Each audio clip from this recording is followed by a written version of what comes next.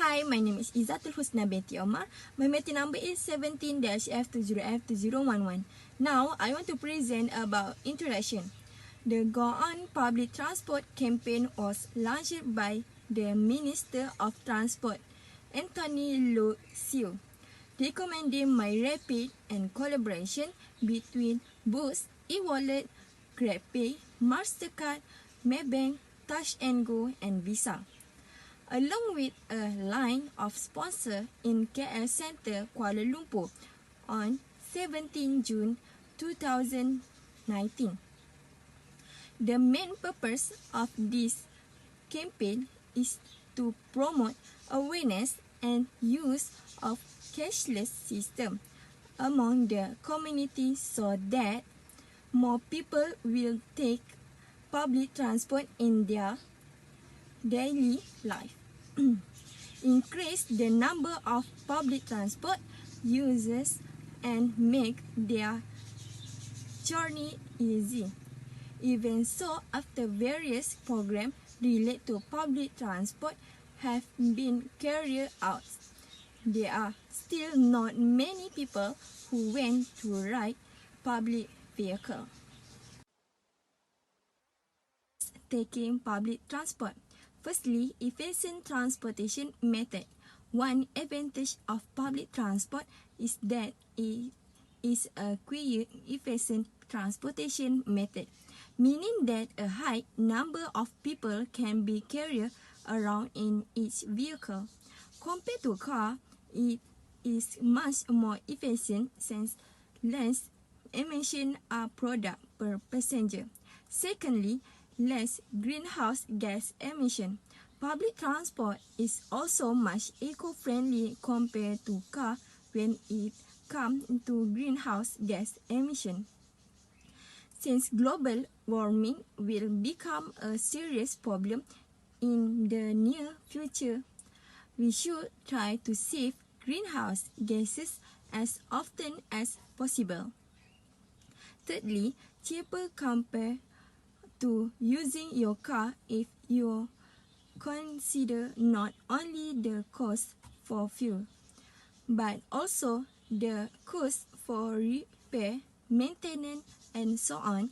Public transport will be much cheaper for every individual compared to owning a private car. Next, possibility to avoid traffic jam. Changes are that you may be able to get to work and back home faster by public transport instead of using your car, which may allow you to spend more time with your family and your friends. And the last is good alternative for people who can't drive. Some people are also simply not able to drive. This can be due to the fact that they never got a driver's license. In the next slide, my team will present about the challenge to implement this program in every life. Hi, Assalamualaikum. My name is Siti Zubaedah binti Matrawi and my metric number is 17-DHF20F2002. Based on our observation, the first challenges to implement this program is traffic congestion. Traffic congestion and transportation-related environmental pollution are identified as the severe problem in many countries all over the world, especially in the developing countries. And our country's Malaysia is also not an exception. The idea that public transportation relieve road congestion is both logical and popular, but the evidence for it is decidedly mixed. It's estimated that workers in Klang Valley waste 44 hours per working month sitting in traffic jams on average, especially during the peak hour during morning and evening when people go out and back to home after hectic day's work.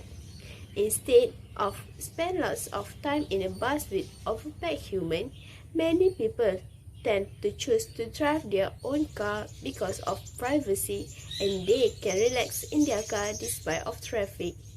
It also because it takes time for a bus to drop off their passenger in every bus stop and station, and it makes a longer time for that. Let's continue with the solution to our first challenges, which is traffic congestion. One of the solution to the matter is government should take a part in this situation, which is they should make initiative to make a timetable and schedule for a public transport.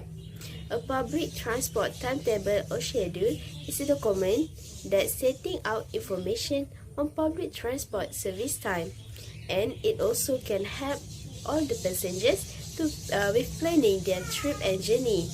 Typically, the schedule will list the time when a public transport is scheduled to arrive at and depart from a specified location. It shall show all the involvement and movement at a particular location and all movement on particular route or for particular stop. It also must be included also a traffic jam, accident and technical issue that happened during that time. These pictures is one of the timetable for public transport that I used, and beside of it, it was one of the application that are available in Play Store and App Store, which is called Move It. It was an online application for public transport schedule that are available in Malaysia. So we can planning our journey, but the app is not in generally used in our community. Hi, my name is NURUL BINTI AZMAN, number Matrawi F2060. Second is transport capacity is the maximum amount of the floor can be handled under standard condition for a limited period. It depends on the size and capacity of passengers in the vehicles. Because of that, most passengers do not want to ride public transport.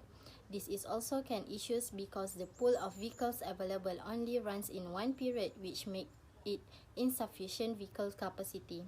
In public transport, lack of capacity is a factor in congestion, which can create danger several when form of congestion combined. This will make it difficult for passengers, especially the elderly and the disabled. Insufficient capacity not only result in local queues, it also make passengers uncomfortable and waste their time. But vehicles delay also cause passengers delay and reduce productivity and availability of vehicles to the next destination. For the solution, the parties involved need to increase the frequency of public transport in crowded places with many people. This is because 80% of respondents state that bus frequency is priority for them. If the capacity in the bus or train is not enough, they have to wait and waste time for other public vehicles. Therefore, the governments need to increase the frequency of bus and trains, preferably less than 50 minutes. And this is even more important during peak hours, when bus service frequency is required to meet high demand and capacity. For example, starting at 7 a.m., which is the time when the general public rush to work, and at 4:30 p.m. to 7:30 p.m., they will return from the office. This is a matter that needs to be emphasized for the benefit and convenience of the public. That's all from me. Thank you. Assalamualaikum, my name is Muhammad AIMAN ARSYAD bin SHAMSUL ANUAR. My metric number is 17-F20F2058. Okay, of course, in public transportation, there will be safety and problem issues. So I have made a list about the safety and problem issues in public transportation. That is people's safety and vehicle safety. So we take a look first at people's safety.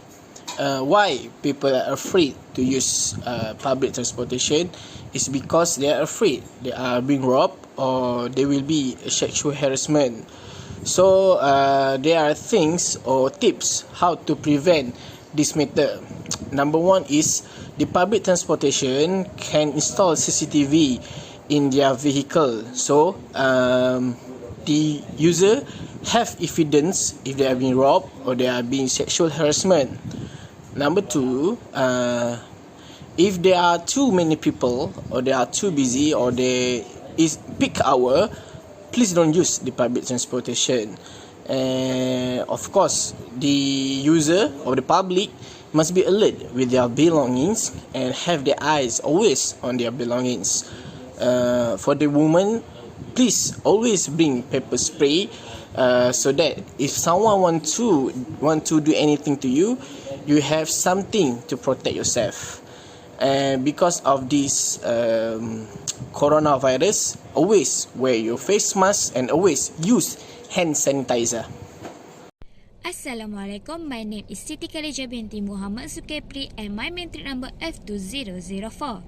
The next point is found in transportation service. Firstly, basically when people talk about public transportation, it must be bus, LRT, MRT, monorail and so on, but for people who want a privacy and comfort during their journey, they will take a taxi because it's easy to access. But one of the challenges with taking a taxi is they can be chatted by the taxi driver. It is because some drivers do want to use meter in their car instead they just easily put their own preference price, and sometimes it can double up the normal price, especially when they see a easy target to be chatted such as traveler and tourists. This making another people having a bad perception toward taxi, even though some of the drivers still followed the principle.